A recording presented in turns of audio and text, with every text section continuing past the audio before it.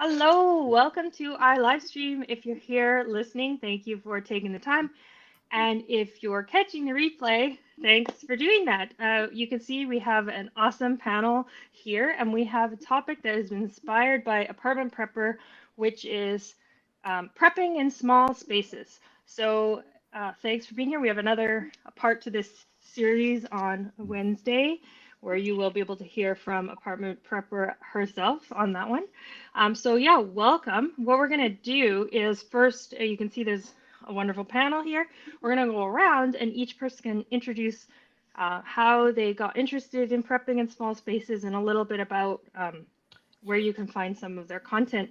Nene, would you like to go first? Sure. Nene's Prepping Kitchen here. I got started, you can find me on YouTube. And anyway, I got started in prepping in small spaces actually when we were over the road truck drivers. And in a truck, you're going to have a very small space to put your things. And even though we went from, all across the country, we always wanted to make sure we had a backup plan. And so, I used whatever space that I could find in the truck to put items, in case we got broke down or in a snowstorm and couldn't go any further or whatever the scenario would be. I always wanted to make sure that I had some preps in the truck. And then after the truck, we ended up moving into a mobile home. Okay, so yeah, that is bigger than a cab of a semi truck. So I had a couple bedrooms and then a couple additions built on for bedrooms to the house. And I probably could have used, a spare bedroom to store preps, but we ended up having some of our kids move back, and they brought grandkids. So I kind of lost some of my space that I would have used for storing, away preps. But I still am able to prep things, by putting them under the bed, in closets, in the laundry room, and I'm looking into other ways. You can actually use 5-gallon buckets and store those up underneath your bed and put your a board and a mattress there. Or you can take like the number 10 cans and actually stack those up. I mean, I do have a list that shows you how much weight you can put, how much weight the cans typically are, or the 5-gallon bucket. So if you want to hear about it, I can tell you. But that's pretty much where I started prepping in a small space. Awesome. Yeah, welcome, Catskill. Good to see Hi, you. thank you. Sorry. No problem. So yeah, welcome Catskill, and we're here talking about our prepping in small spaces, and we're just going around. So Rustic Fox Homestead, tell us a little bit about your story. All right. This started in Canmore many years ago when a certain show came out on AMC. And I kind of sat there and I looked at what my life was living in a small apartment, 700 square foot. Other than bush skills, like I'm a great bowman, great rifle shot, awesome fisherman. But I sat there and I thought about it, like if something like a pandemic or a natural disaster actually happened, would I be able to survive? And the simple answer was no. So at that point, I started researching a little bit by hitting different web pages and just slowly building up my stocks. Actually started with medical stuff on Amazon, surprisingly. Like I think my first purchase was a medical stapler for some reason. Don't know why, but started there. So it started in Canmore. It started going more with the go bags, the truck bags, because I would be going out fishing up in the backcountry. And then eventually I came across in 2018 this little urban plot in Windsor, my hometown. And that's when I made the leap here.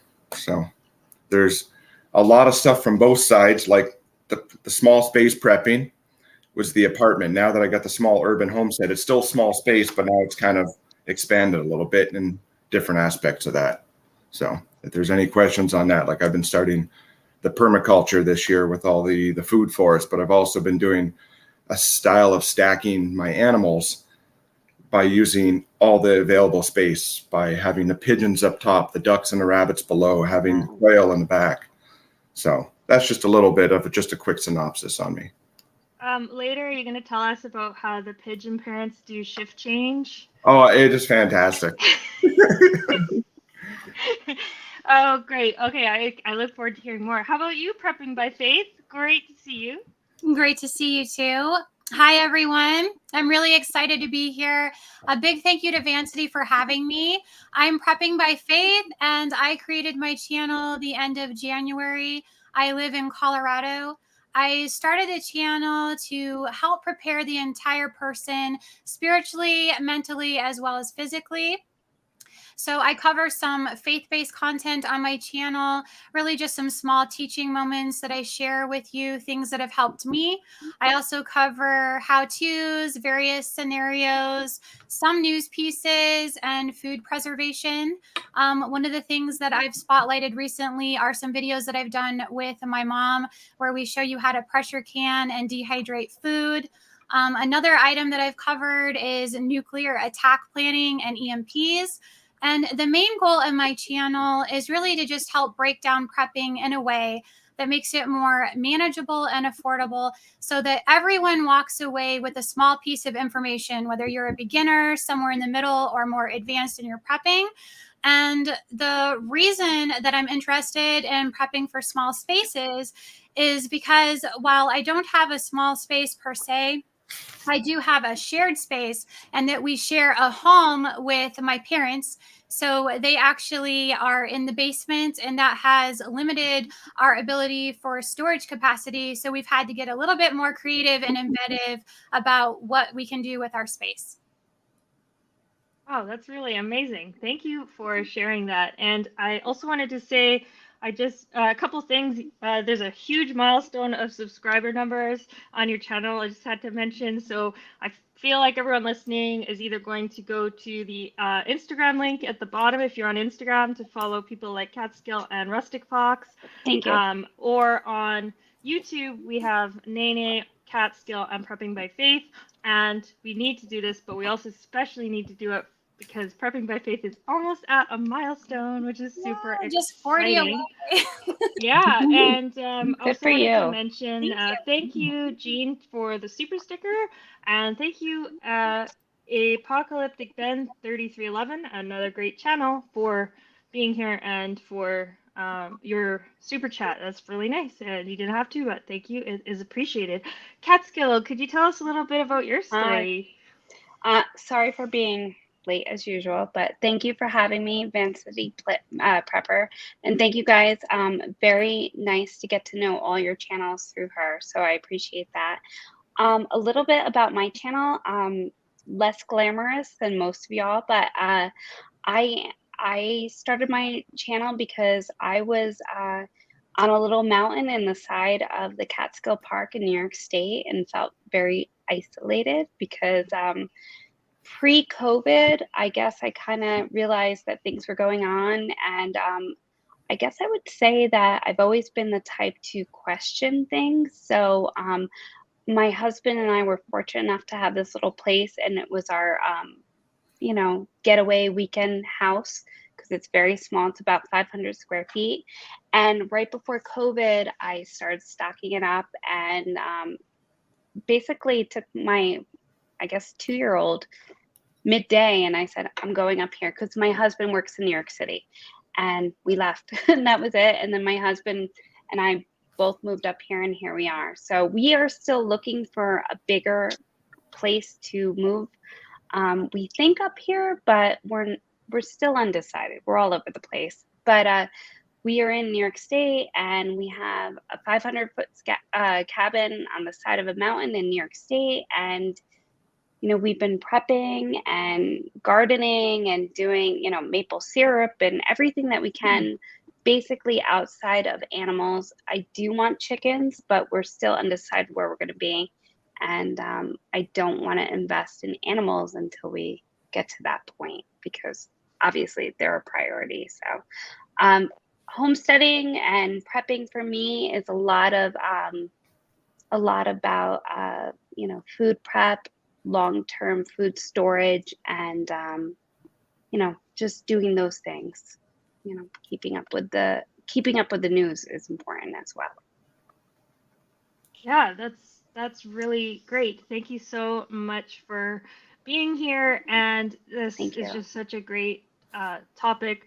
I find that we're on the go a lot. We've lived in lots of different places. We've traveled a lot by different methods, spent time on boats and all these small spaces. So all these tips are great for a lot of different people. And I was wondering if maybe I'm quickly going to just say hi to a few people that are in the chat. LW, thank you for stopping by. Prepper Cowboy, thank you for being here and for moderating. Coffee first, then speak. Good to see you. James, he's talking about how homesteading and prepping is good adulting. So there you go. Harvey, good to see you. Thank you for being here and moderating as well. Oslander Info, good channel there. Glenn, nice to see you. Nate, nice to see you. Apartment Prepper, there you are. Looking forward to seeing you in the feature that is on Wednesday, the live stream. Creative Redundancy. Creative Redundancy has a lot of good ideas on this topic as well, and in particular, putting shelves with slider drawers in them so it's easier to reach stuff at the back was one of the tips I got from CR. Cold War Prepper, great channel, good to see you. Sherry Leach is here. Double D Homestead. Hey, Sherry. Charlotte Prepper is here. The Bitter Critter. Rapture Ready. Wow, there's quite a few. Mosaic Master down in Puerto Rico. Talking about kicking someone out. I don't know what that's all about. Jean is here. Always a pleasure to see you. Sassy Gal. Awesome to see you as well. And Rita's here. And there are a few more too. Sorry if I missed you. Oh, Ripley is here too, over in Chilliwack. Good to see you. I'll hopefully be able to say hi to a few more people. Oh, Uncle Al is here. I bet you have some ideas on this topic. Okay, great. Well, I was wondering if we could kind of open it up to an open discussion about some of the tips and tricks. Maybe we could start off with stacking animals. Rustic Fox, do you want to start on that one? That's just something I've never seen before, so I just thought I'd give it a try. So I started out with an enclosure, which was a vet for my garden to keep the deer out, and it was 8 foot. And I decided to get ducks because I kept reading all these articles. Oh, ducks are great; they won't touch your garden. And then I think my garden finally disappeared. It was almost like you're watching Jurassic Park with the raptor coming up underneath the plastic, and that was my last basil plant. So it turned into the duck enclosure at that point. Soon after that, I got the rabbits, so they kind of shared it. So the whole ground cover was taken up by rabbits producing meat on one side, ducks with eggs on the other side. And then I had all this wasted space up top. So I ended up getting, at that time, I could only get 2 homing pigeons and 2 utility pigeons. And I started raising them because, well, pigeon meat it's great. It's a cross, almost tastes like duck and quail, but in between. And it's about 1.5 to 2 times the size. And it's the easiest meat that I've ever raised. Like, the parents take care of everything. You give them 2 nests, they'll raise you 4 babies every month in about every 40-ish days. So that's how I started stacking the animals. So those 4 pigeons I got last year. I've eaten a couple of them, but right now I have about 39 pigeons, and only about 13 are breeding right now. So in another month or so, I'm going to have about 26 pairs breeding. So I should be able to produce about 28 babies for the freezer every 40 days or so. So that's kind of how the stacking's been going. And then I've also got the grapevines that are growing up the side of the run. So that's providing a natural food and shade as well for the run. So that's just the start of it right now. This has all been done in about 2020. I started this, I think, in late October. So. May I ask a question? I didn't know you could eat pigeon. Is that better meat than rabbit? Or more or less pigeon meat? is a delicacy. I used to get it out west, and we would pay $12.50 a bird just for a pigeon to use in a restaurant. Oh, wow. It's something that we used to eat quite a bit, and it's still in the old cookbooks. Like if you have the Joy of Cooking from the early 1900s, you're still going to see it there. Think of the Great Depression. We wiped out the passenger pigeon because we were eating them. Now, when I'm saying I'm eating the pigeons, they're not eating everyday food. I make my own feed for them. They're getting the best corn and peas and wheat. So they're only eating the best. And when they run out of that, they steal the chicken layer and the duck layer. I understand. Yeah. So, yeah, it's not like we're eating city rats. I understand. I see a question from Sherry, though. Do I eat the pigeon eggs? I do not. Oh. I have the quail for egg production, the ducks for egg production. And I just got 3 Plymouth barred rocks that just joined the ducks. And I got 6 silver laced wine ducks coming at the end of May. So. And could you tell us how because are you not a chef as well? So Yes, kind of a retired chef, but a chef. So yeah, having the butchering skills really does help. So I'm a classically trained chef, so I'm a baker, I'm a butcher, I'm basically everything, the accountant, everything in the restaurant. But yeah, it does really work. There are a few pictures of the pigeons that I did up on Instagram.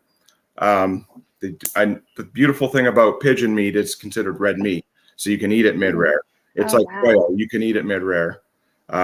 Basically, the only 2 birds you can't eat fully cooked are turkey and chicken. That's it. They're the only 2 with salmonella. Everything else, it's full season. Like quail, I'll just butterfly them open, skewer them on some rosemary, marinate them, and cook them rare and go to town on them. That is fascinating. I had no idea. Yes. Sherry, once again, I see the squab. Yes, that's when you're eating the babies. Ooh. Wow. And so, Catskill, you do a bit of maple syrup. Can you tell us a bit about that and how you fit that in? Well, I could be a little dishonest, but I will fit it in because my husband was the one who was really on board with it. And I was like, I thought it was a bigger process than it was. And about 3 years ago, when we acquired this property right before COVID, he identified a few maple trees and then a sugar maple. And he literally just took like water cooler jugs, and put I understood he tapped it and then put it right in. And he kept asking me, do I see anything in it? And I was like, yeah, it's probably snow. And he was like, no, it's syrup or, sap. And I was like, oh, whatever. And the first year he did it, he made the best maple syrup. So now I make maple syrup because he did it the first year. But yeah, now we only tap a few trees that we have around and then another property that we have. But I will say we have a few gallons this year, which is our bigger process. And it's great. It's wonderful because if you guys know, real maple syrup is super expensive. And with my son and us, we only really like real maple syrup and, the Aunt Jemima stuff. I mean, I'll eat it if I'm out, but I don't like it. It's a major difference. So all you do is cook it down. You have to cook it. You have to watch it.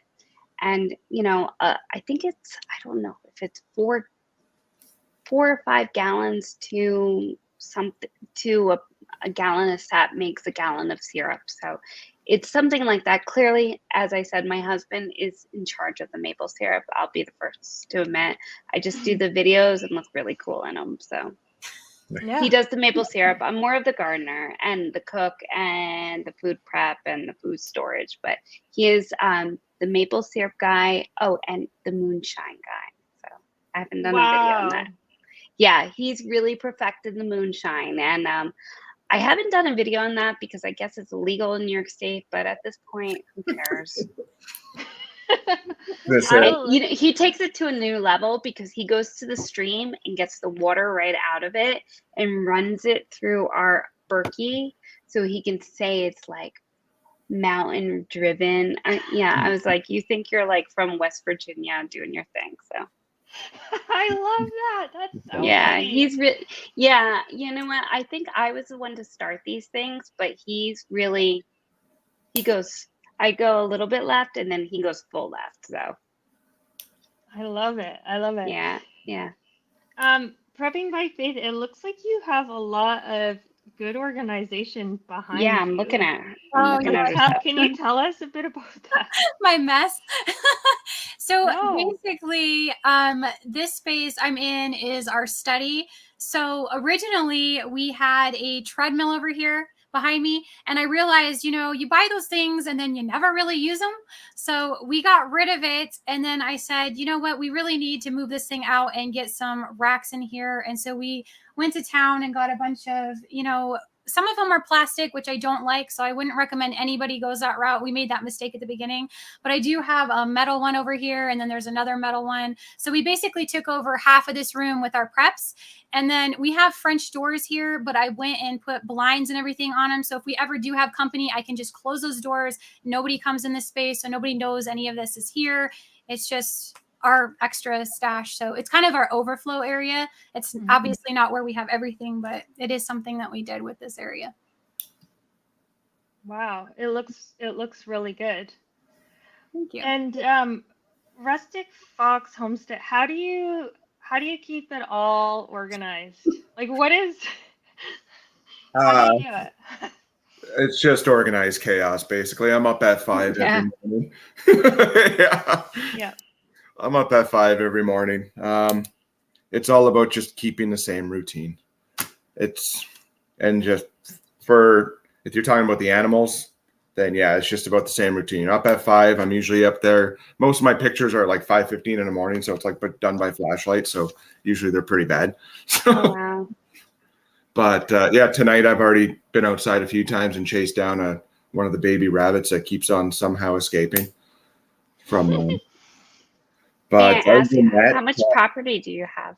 it's only 0.25 of an acre. Oh, wow. 0.25? 0.25. So that's Oh, why wow. this year I planted. Yeah. Last year I planted 2 van cherries at the edge of the duck. So the duck run is duck rabbit run. It's 36 by 18. Yeah. And then I planted 2 van cherries. So when they get full size, they're going to be 40 foot, but I planted them far enough away that they're going to do the natural canopy as well as the grapes that are growing over top through the wire. I planted a new dwarf cherry in front, and then I planted 2 dwarf peach trees off to the side. So this is all in the garden, and that's the start of the food forest this year. As well as I took some old used up straw and I put it back with the black walnut trees that are technically not on my property. And I'm going to start. I may have put some onions there in 2018 when I moved in, and now they've kind of just taken over back there underneath.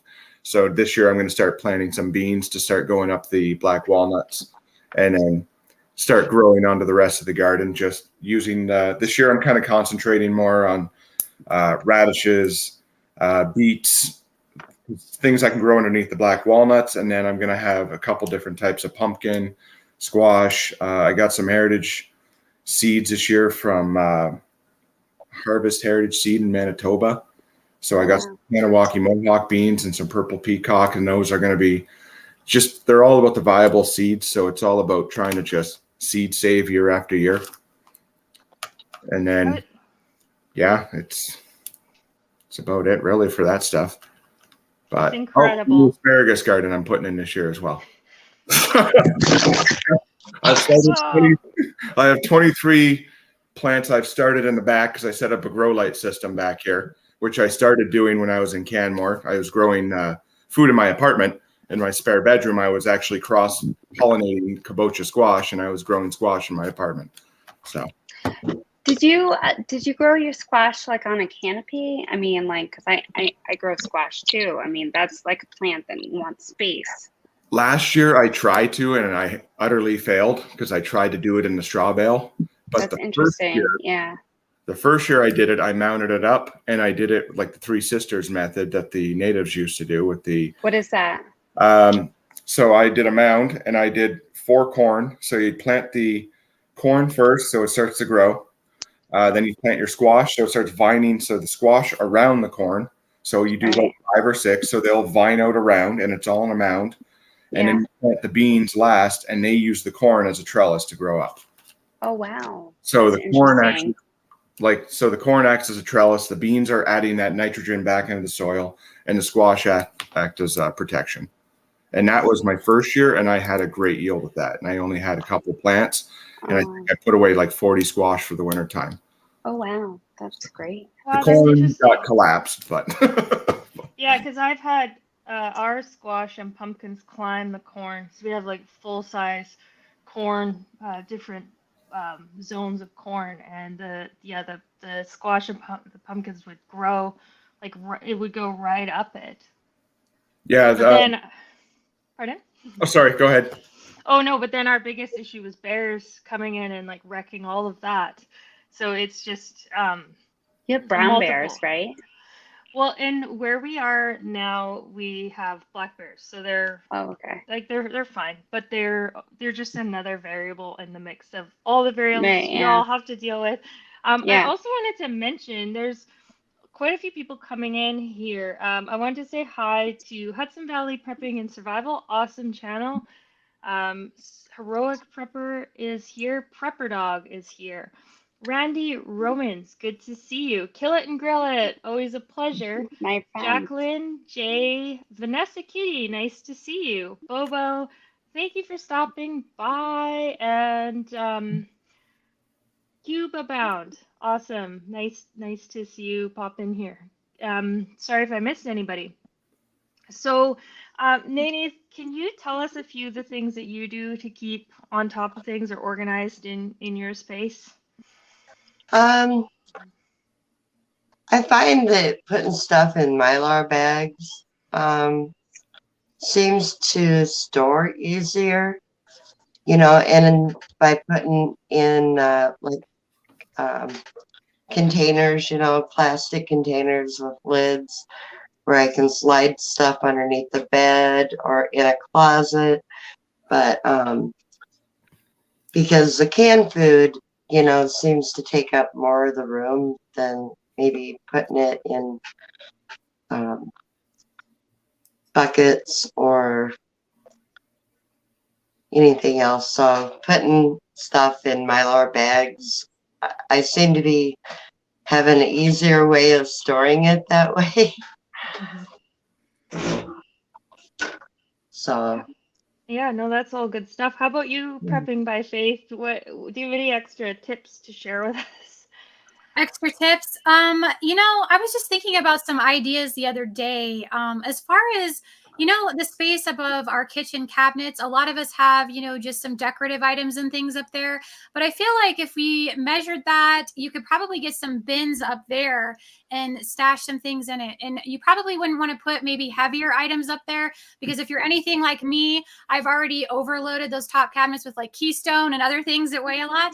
But you could probably put things in there like your crackers, your pasta, rice-a-roni, mac and cheese, probably paper products like napkins and that sort of thing, and just get a bunch of those up there. So that's something that I thought of the other day. Oh, that's a good idea. There's this is sort of a lighter thing. Not everybody likes IKEA, but IKEA has these boxes, and they're fabric boxes. They're not very expensive, and they have a zipper. It's a C-shaped zipper, and they fit under your bed just perfectly. So a bunch of those can also help utilize that under bed space. Rustic Fox, do you store a lot of long haul food, or do you kind of eat what you produce and then store a little bit of it? Well, you're talking about those IKEA containers. I use those underneath my bed for candles, batteries. Like I said to you before, I keep at least at all times 100 bars of soap on hand. As soon as I get under that, it's another shipment comes in. But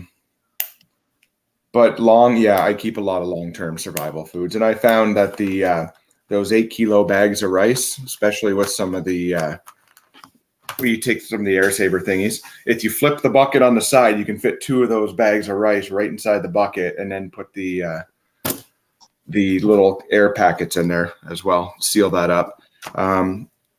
But for long-term food, and I noticed with the tip thing, as a chef, I used to get great deals and great access. So make friends with a chef, find somebody that works in a restaurant, because you're going to be able to buy wholesale club size items for cheap. Like I buy 20, 30 pound bags of salt for $11. And I put those right into a thing. You'll get 50-pound sacks of beans for just pennies. Another tip for people, like if you find a chef, it's always buckets. They always have buckets in restaurants. You're always going to get them. And a lot of times we have too many buckets. Like it's a gold item in a restaurant, but then eventually you have a stack of buckets that reaches the ceiling and you have to get rid of them. So. Hey, I got a question. I got a question on the buckets, the pickle buckets that you get from the restaurant, because a couple of my sons are cooks at a restaurant and give me some pickle buckets, but trying to get that smell, the dill smell. Do you have any ideas? I just leave them outside for a month, let the rain and natural everything hit them, and then just give them a nice good bleaching and a good cleaning. Because I use them also as nests for the pigeons. It's a cheap and easy way to put up nests, and another. This is kind of questionable, but I've been doing it for years now. I buy wheat berries from the farm. Now the price has gone up to $15 for 65 pounds, but they're perfectly good for you to sprout or grind into flour. Like there's a little bit of extra chaff. You can just clean it out. So, and they makes perfectly good bread, or makes wheatgrass fine. And for $15, you're getting 65 pounds of food. Yeah. So this is a serious question. How are we going to convince you to make a YouTube channel? Yeah, you don't have one? Pretty private. You've seen my Instagram. I just post fun things generally, just because I don't have time. Yeah. So, yeah. It's okay if you don't have time. Just post what you can when you can. Yeah, I could start doing more recipes and stuff. That's for sure. But I actually was watching somebody else the other day, and I just found this out myself.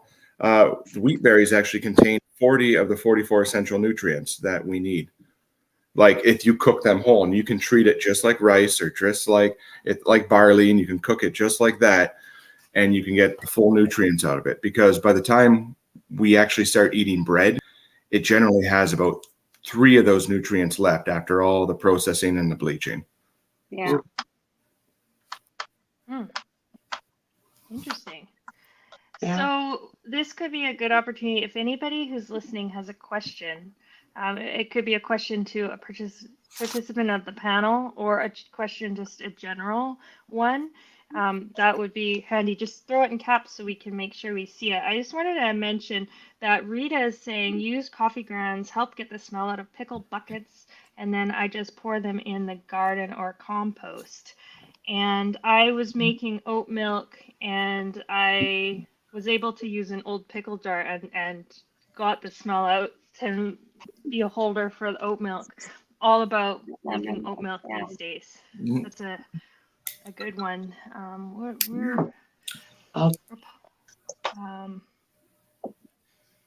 So it's really interesting here, because there's a lot of talk of storing food, and then there's also talk of producing food. And Catskill, you have quite a garden, don't you? How do you manage that? Well, I'll be quite honest. The last 3 years I had quite a garden. This year I'm moving around a lot, so it's going to be an interesting garden. I did start all my seed starters, which I was very proud of, because I got a lot of seeds that I had from last year that I stored. And then I did source seeds from the Hudson Valley on sale last year, which I planted as seed starters. I left them in North Carolina at my dad's, which are probably good for them because they're going to be growing in the heat and everything. But I have to get them, and that'll be about a month from now. So that'll be late. So I am going to be putting things in the ground here. I'll be bringing things up. And then I'm not going to be here all the time. And I'm going to be spraying them on a timer. And I will be back for harvest. I'll be back and forth. So it's going to be an interesting season, only because my husband, if anyone doesn't know, my husband's working south. So I'm moving around a lot. But I still want to plant my garden. And if most people who know about gardens, I mean, you definitely, tomato plants, it's great to prune them, but you could also leave things and they will grow. Maybe not to the way that you want, but they'll grow and you'll still get stuff. So I'm going to see what happens. Last year was kind of a disappointment for me because it was a very rainy, cold season in the Catskills. So I didn't get as much as I wanted to. So it'd be very interesting if I leave it alone a little more, if I get more without even putting so much attention into it. But this is where we're at in New York State. So I don't know, so I'm very fortunate that there's many farmers markets here and, banking on there still being. I do take a lot from my garden and I take a lot from farmers markets, probably equally, and I store them. I dehydrate, I pickle, I, can, I do all those things. So I try to circulate through. I'm still using the stuff from my freezer right now from last season, because right now I feel confident that I could still get enough to replenish and I don't want to leave it. It probably would be fine, but I have a lot coming in, so I want to take advantage of it. Yeah, well, that makes tons of sense. There's a few questions here. Cuba bound. Is it easy to find wheat berries in the Lower Mainland, BC? Yes, it is, Cuba bound. We've got a bunch here at our place. If you email me, I would happily share how I got those in the Lower Mainland of BC. A question for Prepping by Faith from Jacqueline. Have you thought of doing gardening on your channel? Actually, that is a great question because I just started doing container gardening and I released a video, I think it was this morning that I released on the container gardening that I'm starting. So I'm brand new to gardening. I don't really know much about it. So I'm having to kind of research everything. But for me, I feel like that's going to be the easiest thing because if anybody knows anything about the soil in Colorado, it's really not the easiest to grow anything in. So I thought I would just go ahead and try this in the containers. So I have a couple of tomato plants going, a couple of sweet bell peppers. I started some seeds for carrots and onions. And then I have about 4 bags of potatoes that I'm trying to do. So I just started it and it's really cold here still. So I'm having to play musical plants and bring them in every night. And today I couldn't even put them outside at all. I had to line them up by the window. I hope you guys get enough light because it was really cold and I'm not going to put them out there. And I know that from what I was reading, peppers and tomatoes really don't like it below 50 degrees. So I was like, oh, you guys can't go out there. So I'm learning and I'm hoping that I get some good results from this, but it's definitely a learning experience for me. Oh, yeah. Well, I look forward to more content about that or photos in the community page, things like that. And this is really cool. Hudson Valley Prepping and Survival, Catskill. Would you be willing to put on a short food preservation class at my next live event? Yeah, 100%. So if anyone doesn't know, Hudson Valley Prepping and Survival, we're about 2 hours north of New York City. And Hudson has, for the last couple of years, put on these really wonderful classes or meetups. One has been a weekend to hang out and learn survival skills. Another one, which is something I attended. Another one was he did a Hudson Valley, a prepper, a flea market. I didn't get to go to that because I was in town, but a flea market. Seemed like a lot of people showed up. It sounded wonderful. He puts on classes for first aid skills and even more advanced, stop the bleed type of stuff. And he's very knowledgeable. And I've met him personally multiple times. The nicest person you could ever meet in the world. And I'm so fortunate to know him. So Of course, I would, anything I could share, because he knows everyone and he has a lot to share. So I'm very passionate about food preservation and storing long-term food storage and all that stuff. So if I can share any of that, I'd love to do that. Oh, that's such great news. And I wanted to say hi, Ghetto. I can see you in the chat. And Ghetto is amazing. If you don't know canning with Ghetto, I've done that a few nights, so that's wonderful. Yeah. And it looks like Latina Prepper is here. And Secret Stuff is here. Cool. Okay, some more questions. Cold War Prepper is saying, in small spaces, do you tend to focus on certain food groups or try to maintain a well-rounded supply? Anyone want to take this one? I generally go with, I try to build meals.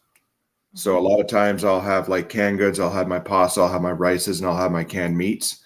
Things that are all stackable, things that are all easy to store, and things that all have long-term storage, and things that you can mix together to make a more nutritious meal. Just that's how I started in Canmore. Here, of course, now it's a little bit different, but I had limited space there, so I tried to make sure that everything kind of went together. You don't want to have that one item out that you're never going to eat. So that's just my thoughts. Yes. For me, I'm more into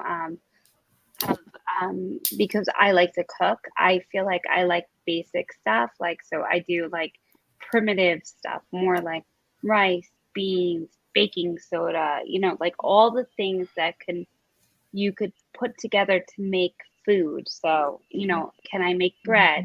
Can I make a good rice and pasta and vegetables, and I dehydrate the individual vegetables, and you know, chicken broth and all those really weird things that some people might not think, just to put together the basic foods.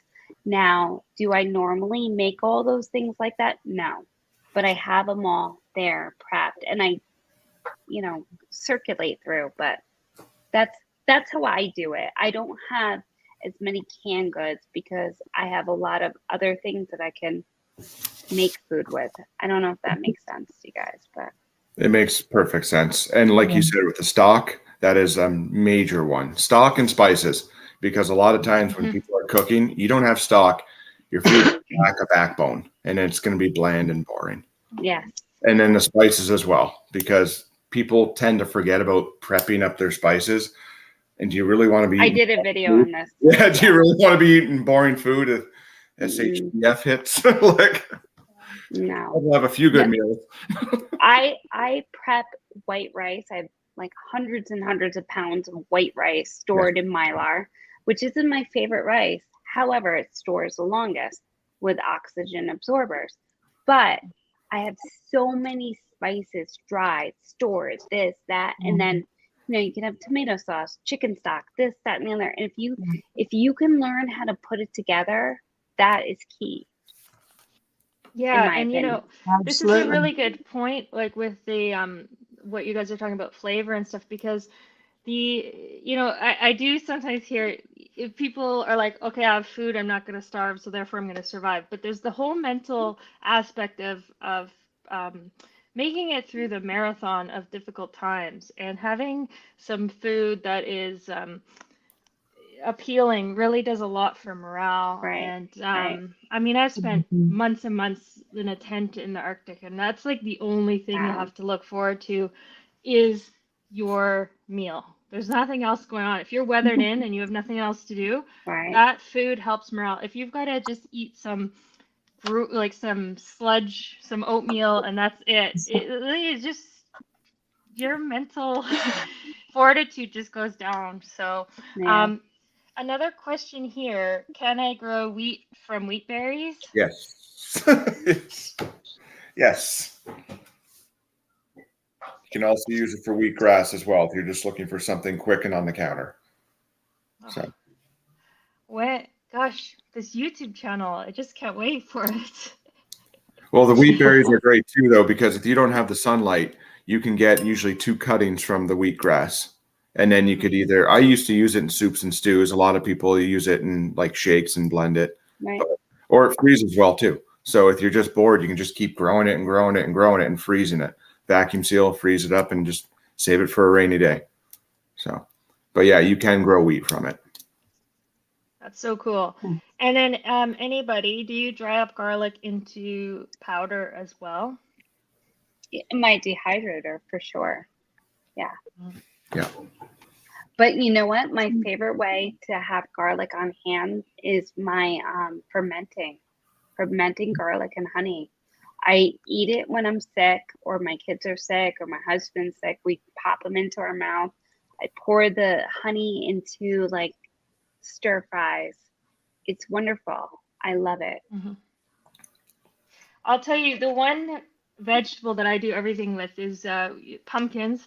So we grow pumpkins, and then I cook the pumpkin, puree the pumpkin, powder the pumpkin, dehydrate it, freeze it, take the seeds, season the seeds with nutritional yeast and some other stuff, and long-term store those seeds in every little piece of those pumpkins. I love pumpkins for that because you get a few different products out of that pumpkin that you can, as you know, you can do a sweet thing, you can do a savory thing. So they're kind of fun that way. But I'm telling this to the chefs. Do you have videos on that? That's interesting. That sounds wonderful. This year I'm actually trying to grow, I think it's called the Rouge d'Antanf. It's a French pumpkin. And it's like that wide, huge, red, flat one that's made for cooking. So that year, hopefully this year I can grow them. This year. Hopefully. Oh, I look forward to pictures of that. And the thing I wish I could tell my earlier self was really pay attention to what variety, because we grow about 5 different varieties of pumpkins.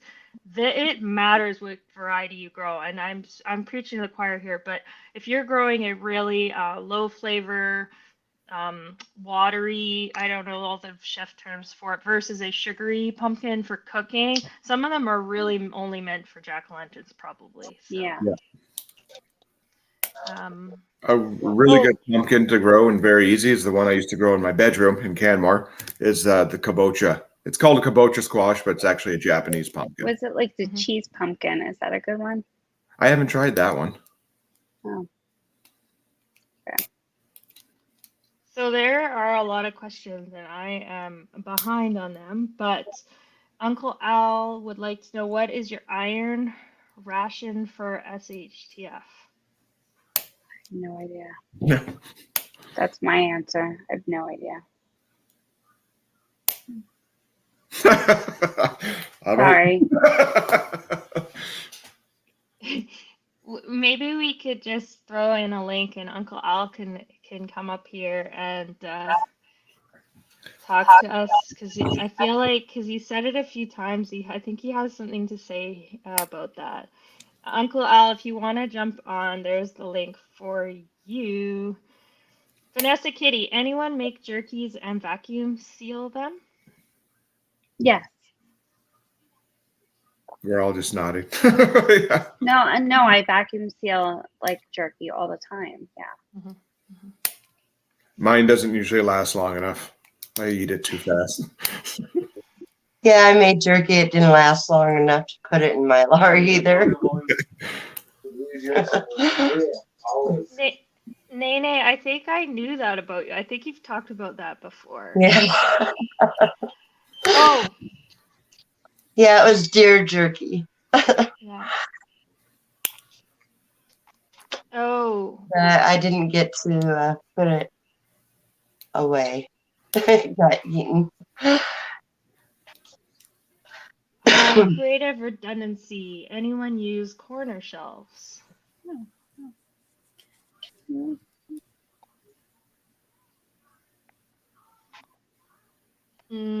I don't think I have any corner shelves.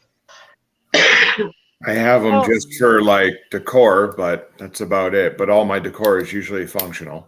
So, so that's about it for corner shelves. So we need to be friends with a chef. There's one right there. And then the other person is Prepping with Sarge's wife is a baker. They have a baking business. So that's the other person too. We're all going to go over there after and get that going. And Randy is saying, I dehydrate my leftover cooked rice to make minute rice with no waste. That is cool. So prepping by Faith, what is next for you for utilizing the space that you have? For utilizing my space at this point, I feel like I have everything stashed so high in my house that I don't have enough space left for even a mouse to fit in. That is how cramped the house is. We have taken over our coat closet. We've taken over the linen closet. I have taken over, like I said, the study, underneath my bed, all of the kids' beds. Also, there's a section in my closet that I have taken over with preps. It is just, it's everywhere, every space, every inch. And one of the things that we also did is that we knew when we moved in here sharing a space that my parents were going to have the basement area, so we weren't going to be able to have a lot of room down there. So one of the things that we did is we installed those racks in our garage that are up higher, you know, the ones that are above. So they hold quite a bit of weight. And so one of the things we were able to do is just stash things out there like extra kids clothing and, you know, like Christmas items and all that sort of thing.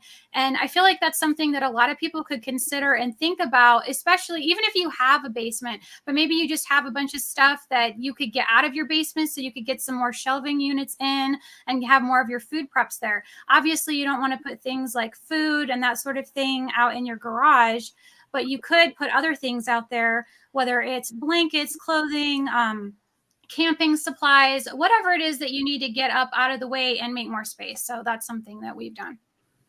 Mm-hmm. Yeah, absolutely. That sounds like a really good plan. And Cubabound is saying, I hear you. We're in a motorhome now and we have a 26-foot enclosed trailer. We've been prepping for over 4 years. Cool. Awesome. And North is here. Catskill. North Shore Preparedness. Good to see you, my friend. Thank you for stopping by. As well as Sugar in the Attic Homestead. Nice to see you. Oh, and LW. I didn't know there's more than one kind of pumpkin. Oh, Rustic yeah. Fox, There's do you a wanna- lot of pumpkins. Yes. The coolest thing we had here last year was we grew the Dill's Atlantic Giant, which by its name, they're the ones that you see at the fair, you know, that are the very exaggerated giant pumpkins. And we just started our channel in, I believe it was October, kind of around harvest. And we did actually have your Canadian stereotypical scene where bears came in and like were chomping at them and stuff. So I don't think I would have posted any of that because that was right when we started, but it was dramatic. But we were able to save one. And I'm also very happy that this is a 40% Canadian stream, and normally I'm the only one. So thank you, Rustic Fox, for rounding it out. And not that we want to give our secrets away, but is anyone storing in a false wall? Oh, wow. No. No answer. Yeah. No. No. It is possible, but Could be possible. yeah, Yeah. could be. I love it. I love it. That's so cool. Well, I think we are going to try to wrap this up soon. I did want to say thank you so much for all of you guys to come out and talk about prepping in small spaces. I think that's a great topic that we should keep talking about. And definitely we should all visit Apartment Preppers Instagram and YouTube account, because that is one topic that she talks about quite a bit, and we will see her on Wednesday to talk more about it. Can we just go through and let us know where people can find you? Rustic Fox, can you let us know where people can find you? What's next for you? And how can people reach you if they have questions?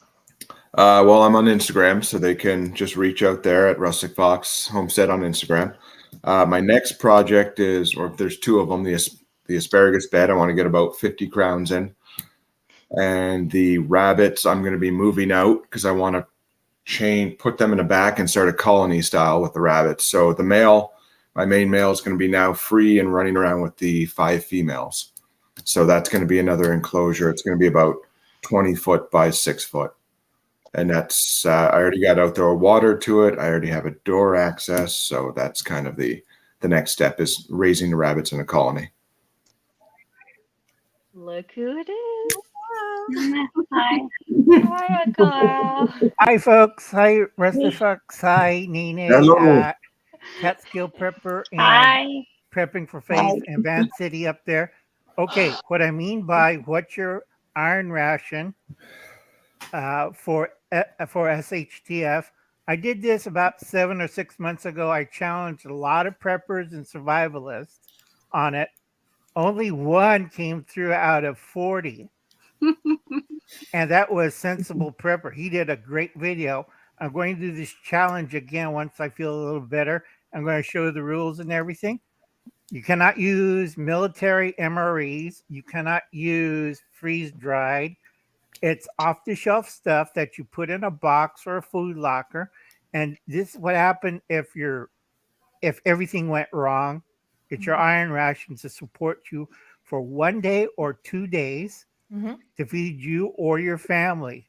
It's a real simple challenge. I'm going to do this again, but it's funny as hell. Because if you type into YouTube, iron ration for SHTF, there's only 2.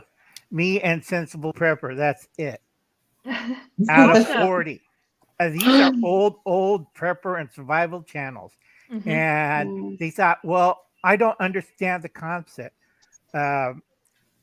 One of my friends who does reenactments of certain battles told us, he's British and he's Rifleman Moore. He did the British iron ration, which was when you take over a trench, your soldiers had to run because the soup wagon, that's a different video. And Germany had the soup wagon, so did Russia, so did Britain.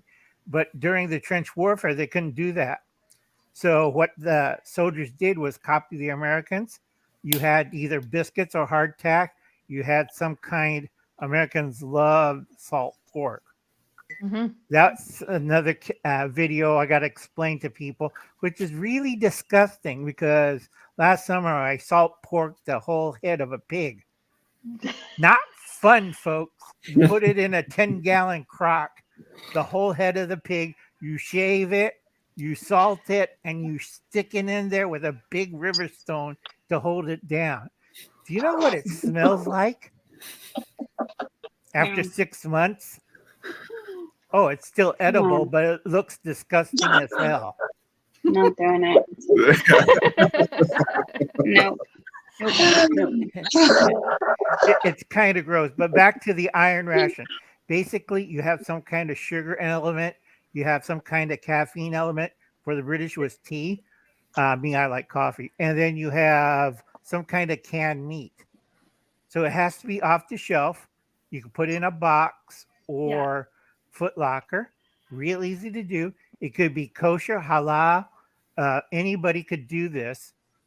Only thing I said, none of those lifeboat rations, no MREs, no freeze dried. Okay. That's simple because I'm going to do the rules and everything. Because I had people who, let's see, one mosque. I had one people at one temple because it's really easy. Because the Israeli army already did this, except they eat a lot of tuna. And I know how to get the hummus from Israel in the little can, the pull top. You have to try that on, they have it right now. I can't think of the word. Remember, Uncle Alan has 2 strokes, so I have brain damage. What's the cracker they eat during this time of year with bitter herbs? I can't remember. Starts with an M. It's not mouse. It's M-A-T. Matzo? Matzah. Matzah cracker. Yeah. Matzah cracker. Yeah. Yeah, because I know how to get canned hummus, the chickpea and tahini. in a Mhm. little can. Thanks, Sydney. I have to go. I hear my son crying. So Oh, okay. Okay. if you guys are on in a few minutes, I'm gonna check back Yep. in. But Yep, sounds good. I hear him Yep. crying. Sorry, Yep. guys. Sorry. Okay. Yep. No problem. Take care of the baby. And let's see, that was Catskill, right? Mm-hmm. If you watch my recent videos, I covered, let's see, Van City, Cold War Prepper, and Charlotte Prepper. And I still got to do Nene and Prepping for Face, and also Rustic Fox. It's like, y'all, all you people are really new to me. It's like, I'm the, like I it says chose on, Tammy the radar. yeah, You can do it, so it's okay. I'm really old as dirt because I go back to the Stone Age.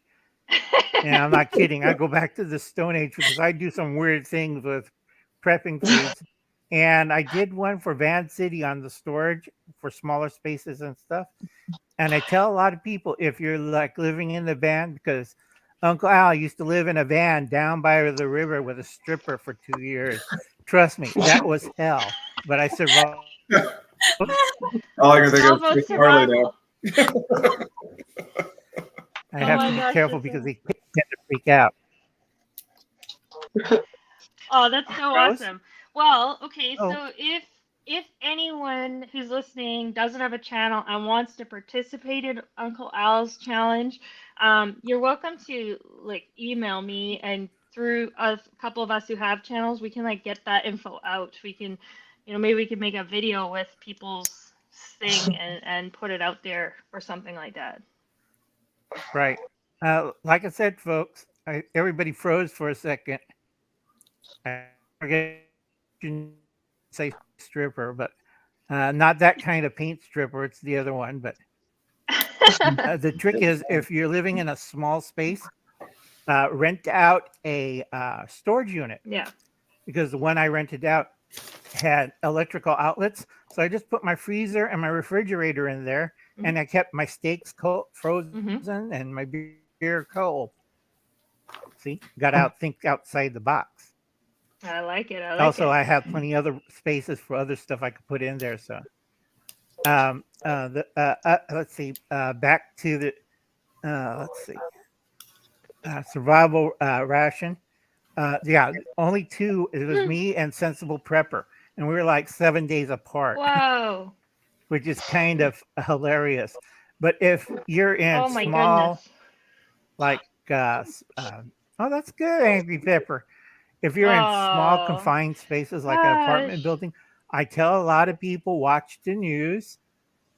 When you watch the news, and also if you have a homestead, watch the news, because if you're in a chaotic situation, you have to be very careful. And I tend to blab a little bit too much. I have dark spots. That's why I went to the doctors today, and they say we need to do exploratory surgery. I'm like, what? For where? And they say we'll get back to you. I have too much body damage, but like I said, the main thing, folks, when you're doing an iron ration, it has to be off the shelf or homemade. You can make it at home. You could do your canned preserves, canned honey, canned squab. Have you ever canned squab, Rustic Fox? I have not yet. I generally just eat them fresh. Mm-hmm. Oh, okay. I have to You have to I have interrupt try been it. here. canning meat, but not squab. Sorry. Guys, Yeah, I have to it's just real interrupt easy. You too. put two. Go Oh, ahead. sorry. I noticed the Angry Purple passed through and also left a very generous super sticker chat thing. So I just wanted to say he's probably gone because he said he's passing through, but really appreciate that. It's super generous, and you didn't have to, but we definitely appreciate it. So thank you. Your videos are enough. Your videos are enough, but thanks. While I actually have you guys is still here, Prepping by Faith, can you tell us how people can find you? Yeah, I'm on YouTube, and that's kind of where I'm at. So I do have an email address on there where they can reach me as well. It's preppingbyfaith1985@gmail.com. So if anybody wants to reach out and contact me, you can always do that there. So Awesome. And how about you, Nene? And we'll wrap up. You can reach me here at YouTube at Nene's Prepping Kitchen. And if you'd like to email me, it's Nene's Prepping Kitchen at gmail.com. Perfect. All right. Well, I think we are going to wrap. Uncle Al died Bullfrog 79, and it's in the About page. Yes. Great channels, all of these, and Rustic Fox over on Instagram. Okay, well, thank you. We're going to wrap up because it's been about an hour. Thank you so much for coming out, and really appreciate it. And if you haven't subscribed to the channels, they are listed in the description box. And let's get Prepping by Faith over that next big milestone. I would Thank really. you.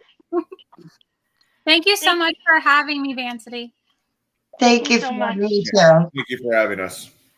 Thanks also to the mods. You guys are amazing. All right. Bye for now. All right. Bye. Bye.